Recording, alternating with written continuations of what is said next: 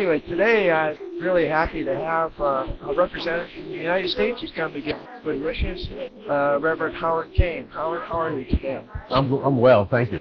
Good. So you're here from what denomination? Well, I'm representing the United Church of Christ, often called the Congregational Church in the United States. Wow, fantastic. And you've had a relationship with this side of the border, so many churches on this side of the border, haven't you? For years, even before your reorganization, I had a relationship with the Seaway Valley Presbytery and the Reverend Don Hayward. Yes. And Jim Allen. By the way, Don was here. Did you get a chance to see him? Oh, good. All right. Yeah. He didn't want to. He lives near here, so that's really good. Yeah. So you also have been working on some joint initiatives with the churches here on this side. Yes. One in particular, which I found fascinating. Do you want to tell us about it? Sure. There is an initiative going forward that involves the United Church of Canada, and it is the translation of the Bible into Mohawk. Wow. This is being done in conjunction with the Canadian Bible Society. I introduced the United Church of Christ, basically the New York conference, because that's what I'm a part of, to what they were doing, and we were able to offer some support financially.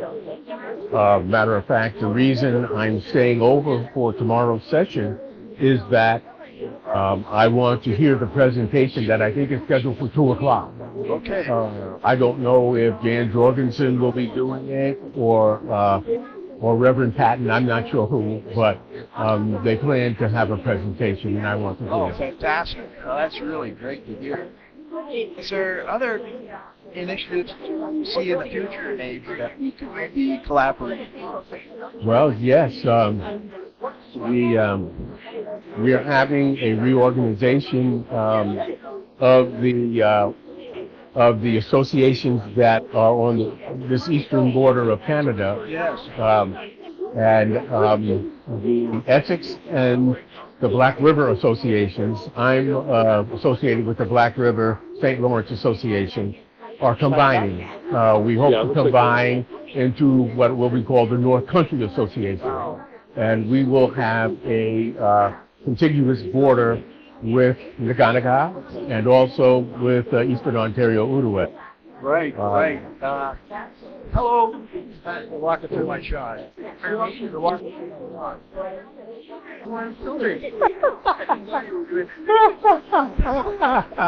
Okay, take 2 now. Oh, here we go.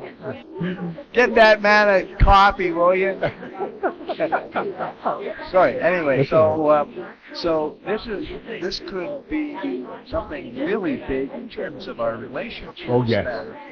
As far as attending the meeting, as a matter of fact, I didn't mention this before, but Reverend Jan Jorgensen actually has her ministerial standing in the Essex Association of the United Church of Christ. Wow. But she is covenanting to the Ganawaga United Church on the reservation in Ganawaga. Wow. And that, there were some logistics to go through, but that has been completed. And she is one of the ministers there. Oh, that's fantastic. Yeah. This is something I think we need, first of all, to recognize. We have so long not recognized our Indigenous brothers and sisters. Right. And to not only give them the Word of God, but give it to their cultural understanding. It's amazing. And, it's actually a broadening experience. I traveled to Ganawaga for the covenanting service with Reverend Jan. And she, you almost walked through again. But let it go. Thanks, everybody. Sorry, so you're saying about Reverend Jan, Yeah, Reverend Jan. And as part of that, ceremony, I sat through a worship service in the Ganawagadun United Church, and it was actually a very broadening experience for me to see how they approach to worship and the recognition of the land and the bounty of God that He has given us through nature, and really the sacred relationship that often is between indigenous people and the land. They've been doing this a lot longer than we have. Yes. The recognition of the Creator has been around that culture much longer than we ever been alive or in this land ourselves. Yeah, it's a long time coming. I'm glad to see it's happening. And I think our common perspective, and when I'm saying that between the United Church of Christ and the United Church of Canada, our common perspective of recognizing the image of God in all of humanity was a supporting factor in our entering into full communion some years ago. Well, I think we both have unique and diverse communities of faith. Yes. Which brings a whole spectrum of faith understanding. Yes. To do that also, throwing it across the river is a pretty nice idea too. Yeah, and I mean, it's nice to have allies, right? Yeah. Right, and and not to wax theological on anybody, but